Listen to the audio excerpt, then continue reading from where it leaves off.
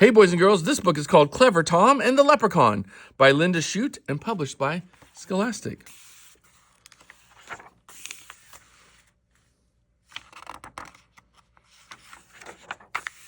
An old Irish story. Clever Tom and the Leprechaun, retold and illustrated by Linda Shute and published by Scholastic. Clever Tom and the Leprechaun.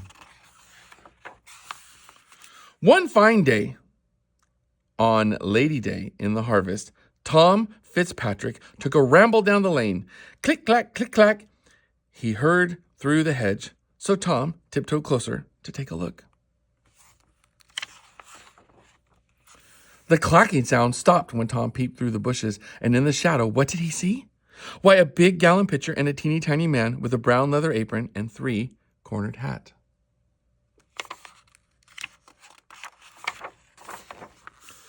Up the small man climbed on his wee wooden stool and dipped his little piggin into the crock.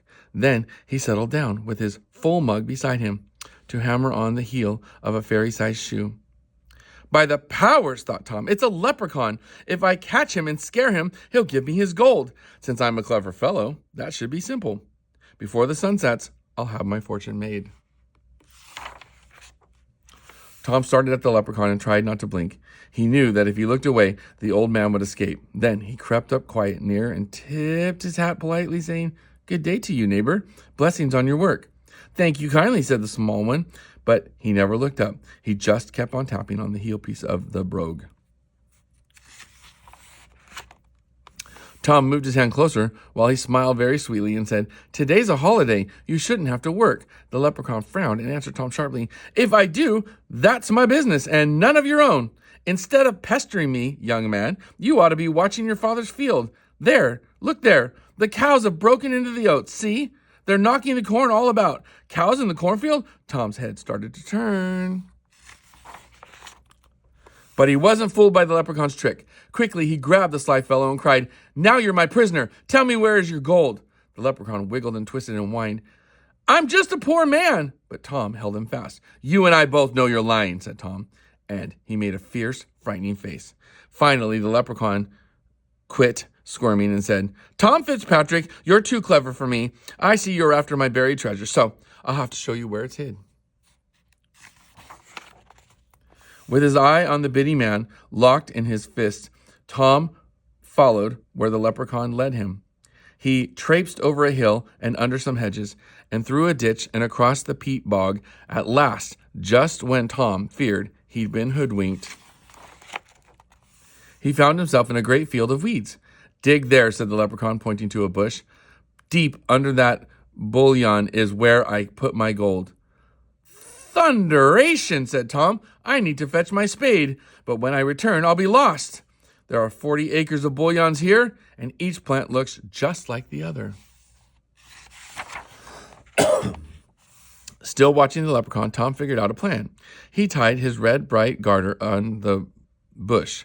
"Swear, you old rascal, that you won't take this off while I run back to get my spade." "That I will promise you," the little man said. Tom grinned, knowing leprechauns always keep their word. "Now, since I have shown you where my treasure is, I don't suppose you'll need me anymore." "No," said Tom. "My fortune's made. You may go, and good luck with you." "Then goodbye, Tom Fitzpatrick," said the leprechaun. "May you do much good with what you find." Away Tom ran as fast as he could run, figuring how he'd spend the gold. Then back he came with a shovel in his hand, back to the field of bullion.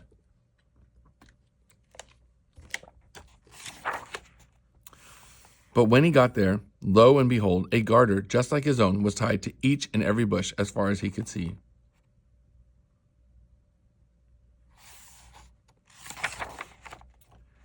Tom dug under the bullion where he thought he'd tied his garter, but nothing was buried under that bush. So he dug under another. He dug to the east and he dug to the west, and still he found no treasure. The harvest moon rose and he dug to the north, and it is set as he dug southward. When the sun came up, Tom saw that he dug 100 holes, and tired Tom Fitzpatrick knew he couldn't find the gold, so he gave up and headed for home. From then on, Tom always carried his spade, and he never stopped listening for a tapping in the field. Every chance he got, he'd tell how he nearly found the gold. And since I'm a clever fellow, Tom would end his tale. The next time I catch that leprechaun, I'll have my fortune made.